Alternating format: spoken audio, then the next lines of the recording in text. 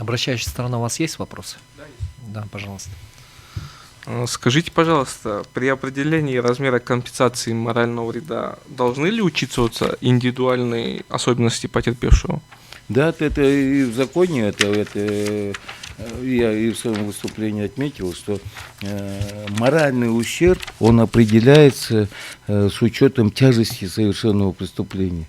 У нас очень много было и раньше, я знаю из практики, по дорожно-транспортным преступлениям, когда еще в 2017 году не вступили в закон это изменение, вот этот вилка от 50 до 1000-кратного, то по мелким правонарушениям подавались гражданские иски в 10 раз чуть ли не превышающие стоимость этой самой автомашины. Поэтому законодатель правильно это определил. Должны быть разумные определенные размеры. 50, это суд уже будет определять с учетом всех обстоятельств. Лица виновного, тяжести совершенного преступления, общественной значимости. Размер это морального вреда. Это по Уголовному кодексу. А по Гражданскому кодексу, я еще раз повторюсь, по Гражданскому кодексу моральный вред, он не имеет определенных границ. Нет, ну вы вопрос не поняли. Вы сейчас разграничиваете по степени тяжести, а я спрашиваю именно индивидуальные особенности потерпевшего. Отдельно взятого человека любого. Отдельно взятый человек, любой человек вправе подать моральное возмещение морального вреда. Нет, да, я же не спросил у вас, извиняюсь, вправе ли он подавать или нет. Я спросил на ваше мнение. Зависит ли определение компенсации размера, то есть от особенностей потерпевшего индивидуально чисто? Конечно, они зависят. Может быть. Хорошо. Нет, спасибо. Спасибо. Еще один вопрос тогда. Размер денежной суммы, подлежащей взысканию в счет компенсации морального вреда, зависит от степени физических или нравственных страданий? Еще раз. Размер денежной суммы, подлежащей взысканию, к примеру, он в счет компенсации морального вреда, зависит ли он от физических или нравственных степеней тяжести в плане? Конечно, я вот только что это дал за пояснение, что если, как говорится, практика идет в первую очередь возмещение материального ущерба, а потом уже рассматривается возмещение морального вреда. Это в первую очередь, и это в задачах это определено уголовным судопроизводством. Я же сейчас у вас спрашиваю. Смотрите, я на примере могу объяснить. То есть вы говорите, конечно, но из этого вытекает, что человек убил другого человека. И вы, исходя из вашего ответа, я так понимаю, что 100 тысяч сом на это вы и оцениваете. Вы же сказали, конечно. 100 тысяч здесь не какая-то, да, 100 тысяч сом, но это определяет, опять-таки, насколько это подаст, как мы можем определять это моральный вред конкретно по убийству или по нанесению легких телесных повреждений. Там же определено уже это, в статье 70, с учетом тяжести совершенного преступления. Конкретно написано, с учетом... то есть вы я в самом начале сказал, что у нас в Уголовном кодексе 4 вида преступлений. Небольшой тяжести, менее тяжкие, тяжкие, особо тяжкие. И с учетом данной градации идет это... То есть вы соглашаетесь? Да, идет с учетом. Поэтому граница идет от 50 до 1000-кратного возмещения ущерба. У вас все, да? Да. Уважаемые коллеги, пожалуйста, Мергуль Слубек. Скажите, пожалуйста, логика законодателя, когда внедряли норму, оспариваемую норму, статью 71 УК, да, какова его была логика, то есть при применении этой статьи автоматически применялась или будет применяться статья 40, предыдущая, о которой Эмиль Желтович говорил, или в отношении всех таких дел, когда обвиняемый тоже может оплатить, возместить материальный ущерб и моральный вред, или только тогда, когда обвиняемый не может оплатить. Вот какова была логика законодателя? Ну, данное стоит изменение в размере, может, где-то я и повторюсь, от 50 до 1000-кратного этого возмещения, она, видимо, пришла из практики, как и рассмотрения делов, и по возмещению материального ущерба и возмещению морального вреда. Здесь логика идет все-таки, чтобы по легким телесным повреждениям не подавали определенные баснословные небесные большие суммы. А это с учетом, опять-таки, вот, может быть, я и повторяюсь. Или Нет, это... вопрос был.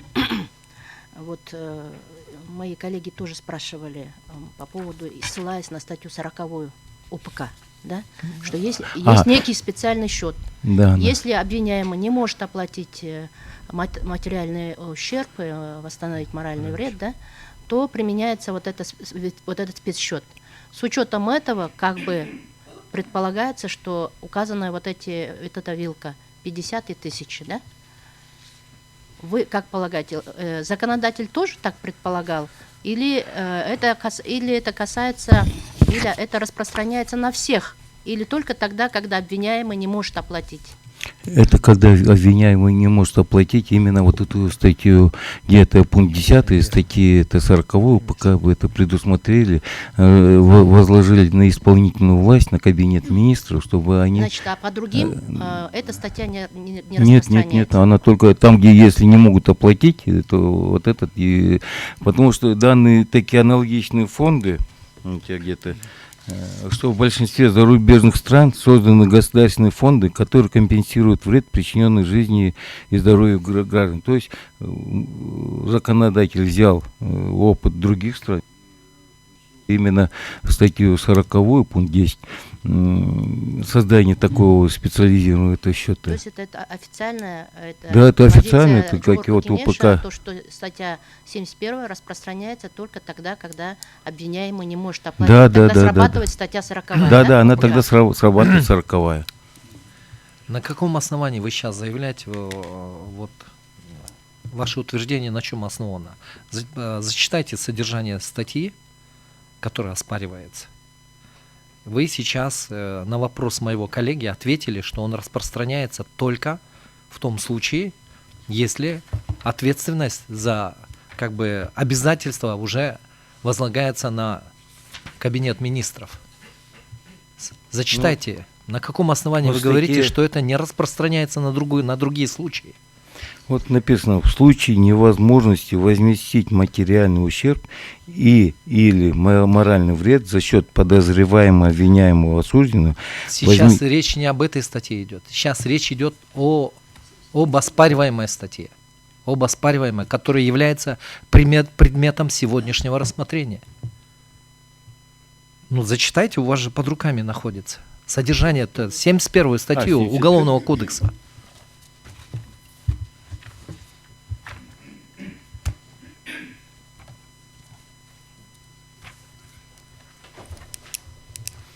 Вот часть 2 оспариваемая статья. В случае компенсации морального вреда суд устанавливает денежную компенсацию. Эта компенсация назначается в размере от 50-кратного до 1000-кратного расчетного показателя в зависимости от тяжести совершенного преступления. Ну вот вы сейчас только что высказали позицию, что данная норма распространяется, но только на обязательства Кабинета министров в силу статьи 40 Уголовного процессуального кодекса. Я вас спрашиваю, вы на основании чего пришли к такому выводу? Не, ну вот данная статья, она предусматривает возмещение этого морального вреда. Если же... На какие случаи распространяется вот эта норма, оспариваемая норма? Ну, на все случаи это обязаны возместить. Ну, хорошо. Или я это не могу понять. У вас, да, Чинар Скалбек. Уважаемый представитель Вопрос, да? законодателя, я тоже хотела у вас уточнить несколько моментов. Вот вы сказали в своем выступлении, что размер, да, компенсацию возмещения морального вреда Кодекса 2017 года передали в уголовное судопроизводство, да?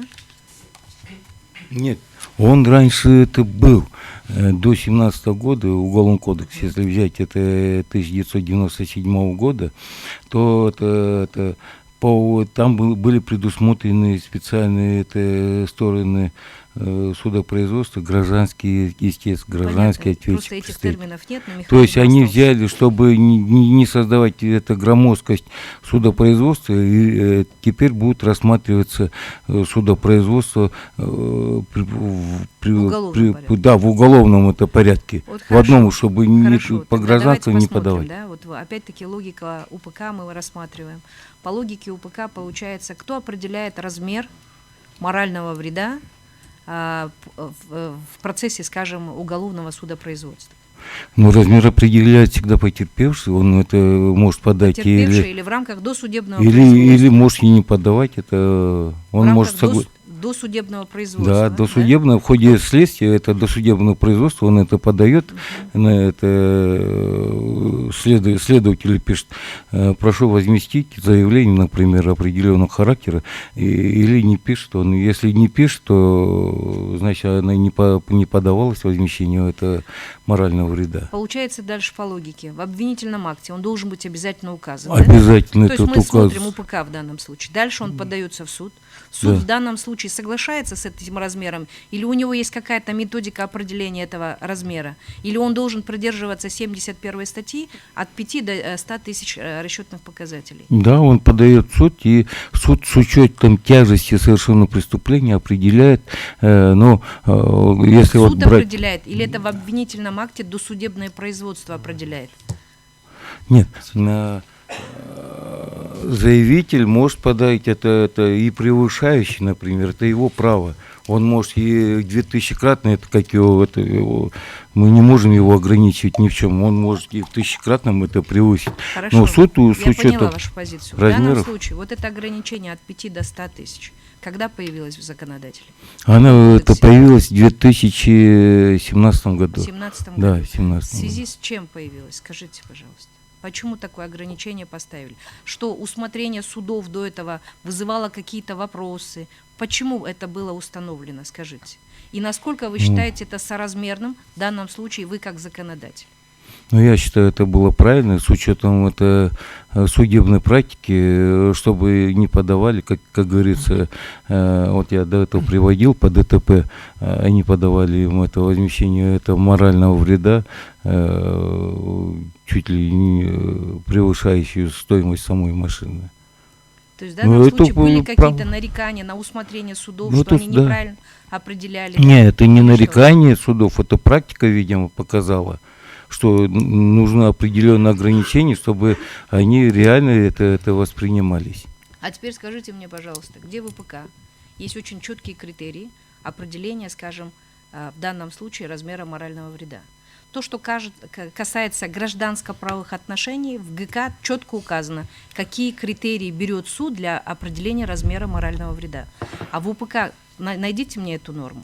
Или это в данном случае, опять-таки, получается что-то приблизительное усмотрение в зависимости от того, что будет предоставлять сторона обвинения? Ну, в УПК я это не помню, но вот в Уголовном кодексе статья 70 это определено с учетом тяжести совершенного преступления. 70-е. Да, это Уголовного кодекса там уже определяется. Да, пожалуйста, Архип Джамалевич. Танарбек Сабырович, вот вы неоднократно упомянули, но это положение законодателя, конечно, законодательства, о том, что размеры компенсации морального вреда, он, значит, определяется с учетом тяжести совершенного преступления Да, да. и других заслуживающих внимания обстоятельств. Так скажите, вот на ваш взгляд, как представитель Джогор Кенеша, представитель законодательного органа, в чем вообще вот в рамках, вот в свете заданных моими коллегами вопросов, в принципе, хочу уточнить еще раз, в чем как бы логика, разумность законодателя, то есть законодатель в чем видит логику, разумность, когда говорит, что вот эти размеры зависят от тяжести совершенного преступления и других обстоятельств, и в то же время устанавливает рамки. То какой смысл? Какая бы тяжесть ни была, она присутствует рамка. То есть есть логика в этом, разумность, на ваш взгляд? Здесь обязательно это присутствует логика, она и удобная не только для подачи возмещения морального вреда на баснословные суммы. Иногда по легким телесным повреждениям, опять-таки небольшой тяжести, могут это подать такие ущербы, возмещение ущербов. Но это Подождите, нелогично это- будет. Второй Александрович, вы бывший следователь, я понимаю, но сейчас не идет о категориях преступлений. Понимаете, легкий там и небольшой тяжести, там, вот, в принципе. Вообще, как вы говорите, потерпевший может оценивать по-своему. Да, Потому что речь идет не о материальных вещах, а о морально-нравственных Морально, да. вещах, которые он переживает. Для одного человека посидеть сутки в камере — это смерти подобно. Моральные качества могут быть иметь, то есть потерпевший. Речь не может быть на категории сейчас делиться преступление. Это оценивается с точки зрения потерпевшего его моральный, как бы вот нравственный ущерб, который ему наносится ему преступлением, либо независимо от категории преступления. Я имею в виду, если вот это показатель, что степень тяжести совершенного преступления влияет на размер компенсации, то какой смысл ограничивать? То есть если разницы нет, какая бы степень ни была тяжести, там есть ограничения. Выше этого никто не может установить. Вот есть ли в этом разумность, на ваш взгляд? Я считаю, да, есть разумность. Мы, если будем брать по это, но опять-таки у нас это в Уголовном кодексе запрещено при приведении аналогии, да, в зарубежных странах там могут подать миллионные, миллиардные иски в отношении именно богатых людей, а в отношении простого видят, это с него нечего взять и никто не будет подавать. Но Я опять думаю, же, вы разумность знаете, здесь речь не есть. идет о тех случаях, когда это потерпевший, или сегодня, да, вот не имеет, обвиняемый не имеет возможности платить, оплачивать. Ведь мы сейчас определились, это не распространяется только на такой вид. По всем видам, по всем преступлениям практически нет ограничений. Сейчас только уточнили же. Поэтому ладно, уж я позицию вашу там понял. Спасибо. определенные рамки дали, это как Тударбек Сабырович, вы скажите, пожалуйста, вот в продолжение, значит, этих вопросов, вы смотрели справку обоснования значит, и вообще Да. существует она, да, эта справка обоснования? Да, к я вот этим ее проектам? специально В захватил. 2017 сейчас. году, ну, в Да, частности, именно вот по оспариваемой норме, Я щас если посмотрю. есть. Я могу даже представить. Вот, кстати, вот я ее взял с этого у нас. Вот она справка обоснования, я ее полностью прочитал. И там ничего, там общие декларативные написано. Нет, я а в как раз и части- задавал по оспариваемой норме. По есть оспариваемой что-то? нету, там ничего а не что ж вы нам написано. тогда принесли? Вот, я не- То есть нету, да, об этом ничего? Ничего не написано, там именно справки она небольшая, а там были очень много это новелл. Все, Вот. да? Есть еще вопросы? Вернемся. Уважаемый представитель, вот возмещение материального ущерба, морального вреда относится к уголовному наказанию? Как? Возмещение материального ущерба, морального вреда, это относится к видам уголовного наказания? Ну да, то это А где это предусмотрено? Ну, то наказание, оно идет как обязательно, это атрибут исполнения решений суда. Суд в своем определении это определяет. Возместить это как если возмещен материальный ущерб, то он определяет и сумму конкретную. Это принудительно, я считаю, что да, Значит, это вы да. считаете, что это относится к наказаниям? Да, К видам это наказания? принудительно это мера, чтобы он обязан это возместить. А где это предусмотрено? Ну, я щас- ну вот решение это оформляется. Нет, это суд принимает те наказания, которые предусмотрены Уголовным кодексом, да? Да. А где вы увидели, что это относится к уголовному наказанию? Ну, приговор, когда выносится, значит, это и Не определяет. приговором же устанавливается вид наказания, а законом. Не, ну, я вас понял, вы имеете это в видах наказаний, но там, видимо, не написано, что есть основные виды наказаний и дополнительные. и Да, я следующий понял, да, вопрос. я вас понял. Это... Виновность определяется судом или законодателем? Виновность определяется судом. Судом. Да. Правосудие, Конституция определено, что Ну, правосудие... как вы считаете, если это законодателем, эти меры не предусмотрены как наказание, кто должен определять размер ущерба морального вреда? Законодатель или суд? Суд, конечно, законодателя отношения не имеет к уголовному судопроизводству. Всё, нет вопросов. Да? Нет. Вопрос еще есть. На меня отключить. Тем- Все, да, нет вопросов. Джамиля Самедович. Джамиля Самедович? Уважаемый представитель Чоркинеша, вот когда вы готовили вашу позицию от имени законодательного органа, вы смотрели, вот есть ли у гражданина дальнейшая возможность в гражданском порядке получить дополнительные компенсации в рамках гражданского судопроизводства на тот случай, если он не удовлетворится вот этими суммами в рамках уголовного суда. Вот, допустим, если ему взыскали через решение приговор 100 тысяч сомов, а он пытается и хочет добиться компенсации в 300 тысяч или 500 000, есть ли у него дорога пойти продолжить взыскание через гражданский суд? Вот этот момент вы не проверяли случайно, есть Ну, в или нет? принципе, у нас это, согласно Конституции, каждый имеет это, и истец это написал, каждый имеет право на судебную защиту. Здесь я полностью могу с уверенностью сказать, да, если суд вынес ему 100 тысяч, а просит ему, например, 300 тысяч возмещения морального вреда, он вправе обратиться это в суд в гражданском порядке, где не имеет это разграничения. Это уже в гражданском порядке. А вы смотрели, да, там суд не откажет ему в этом вопросе, поскольку имеется приговор, который взыскал ему уже моральную компенсацию. Вопрос, конечно. Суд кого-то не имеет права, я считаю, что отказать, потому что, еще раз повторюсь, что Конституция определено четко, каждый имеет на судебную защиту.